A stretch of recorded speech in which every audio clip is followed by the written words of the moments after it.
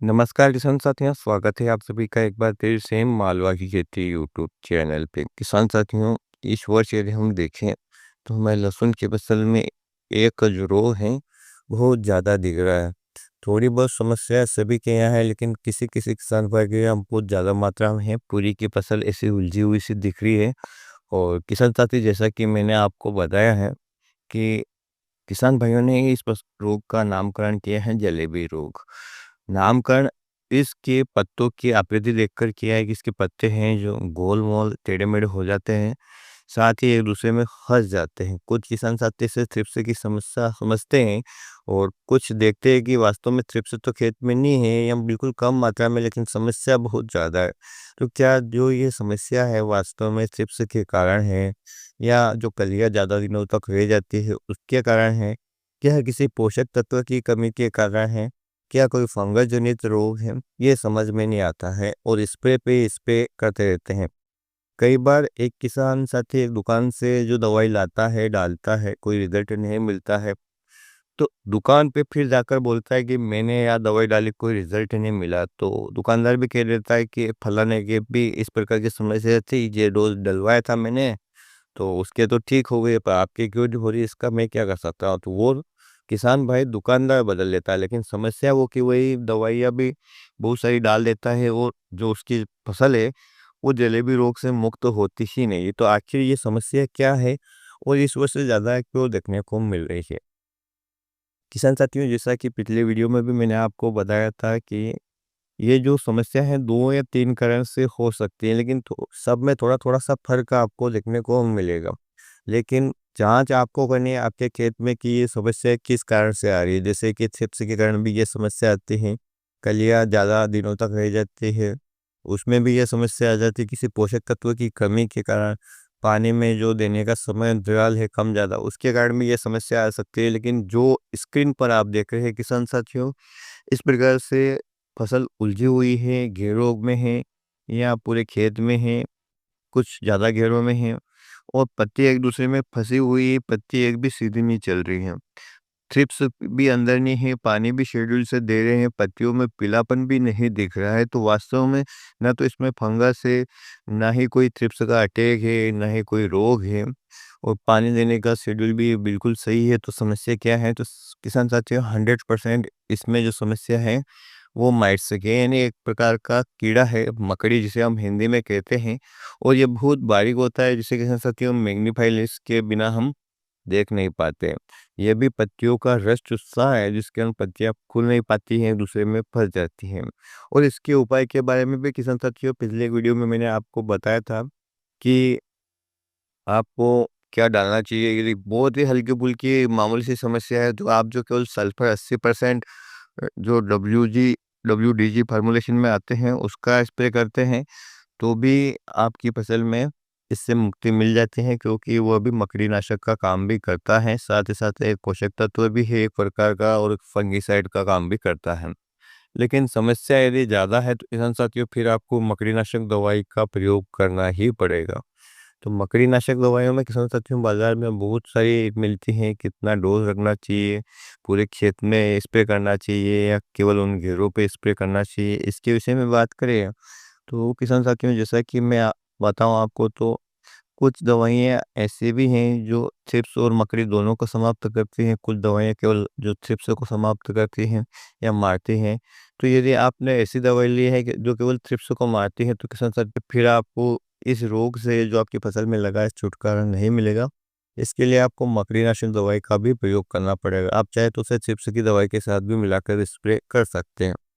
किसान साथियों, बाजार में कुछ चुनिंदा माइटसाइड हैं जिसका प्रयोग आप कर सकते हैं। उनकी मात्रा की भी आप कंपनी पे जो पैकेट है उस पे लिखा रहता है, दुकानदार से पूछ सकते हैं, क्योंकि इनमें जो फार्मूलेशन टेक्निकल है किसान साथियों वो कम ज़्यादा होता है, अलग-अलग होता है, तो इनका डोज़ भी है वो अलग-अलग रहता है। मैं आपको एक दवाई बता देता हूँ किसान साथियों इस रोग से संबंधित जो माइटसाइड है, और ये थ्रिप्स को भी कंट्रोल करती हैं और माइट एंड मकड़ी का भी नियंत्रण करती है, जिसका प्रयोग आप कर सकते हैं। 15 लीटर पानी में इसकी जो मात्रा लगती है 7.5 ml की लगती है किसान साथियों। और 50 मिलीलीटर का पैक लगभग 350 रुपए के आसपास आ सकता है। इससे कम भी हो सकता है, इससे ज़्यादा भी हो सकता है, क्योंकि दवाइयों के रेट क्षेत्र वाइज, एरिया वाइज कम ज़्यादा हैं और शॉपकीपर भी अपने मार्जिन के हिसाब से ये पैसे लेते हैं। तो वो है किसान साथियों इबामेक्टिन 1.9%। इसी जो अलग-अलग ट्रेड कंपनियों के अलग-अलग नाम से आपको मिलेगी, लेकिन इसमें जो टेक्निकल है वो है इबामेक्टिन।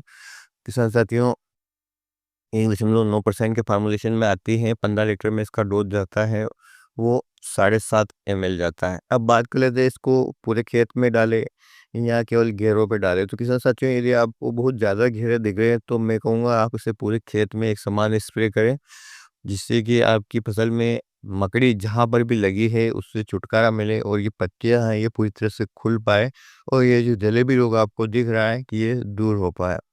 कई बार किसान साथियों ऐसे साधारण रोग के लिए हम हज़ारों रुपये की जो दवाइयाँ हैं वो डाल देते हैं और हमें कोई रिज़ल्ट नहीं मिलता।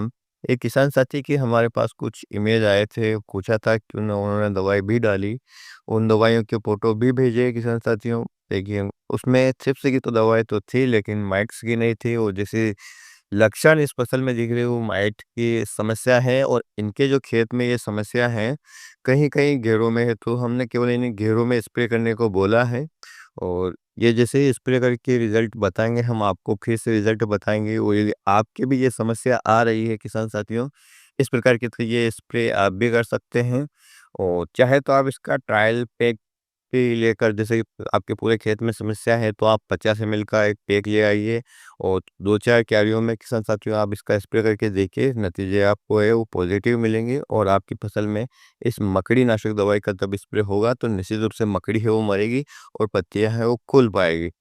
किसान साथियों यदि आपके पूरे प्लॉट में है तो आपको पूरे प्लॉट में स्प्रे करना पड़ेगा और चुट-पुट घेरे केवल चुट-पुट घेरों पर भी स्प्रे करके आप इसके जो परिणाम हैं वो देख सकते हैं। ज़्यादा महँगा डोज़ भी नहीं है किसान साथियों और यदि फसल में किसी प्रकार का कोई रोग और कीट नहीं है, तो आपको इसके साथ कोई कॉम्बिनेशन नहीं मिलाना है। लेकिन हाँ, आपको चिपको का प्रयोग ज़रूर करना है, ताकि दवाई है किसान साथियों पत्तियों पर चिपक जाए और सिस्टमैटिक तरीके से पूरे पौधे के अंदर जाए और जहाँ पर भी माइट्स छुपी हुई है किसान साथियों, जैसे ही पौधे का रस चूसे, तो वो समाप्त हो जाए। तो एक छोटी-सी जानकारी है किसान साथियों, लेकिन है काम की।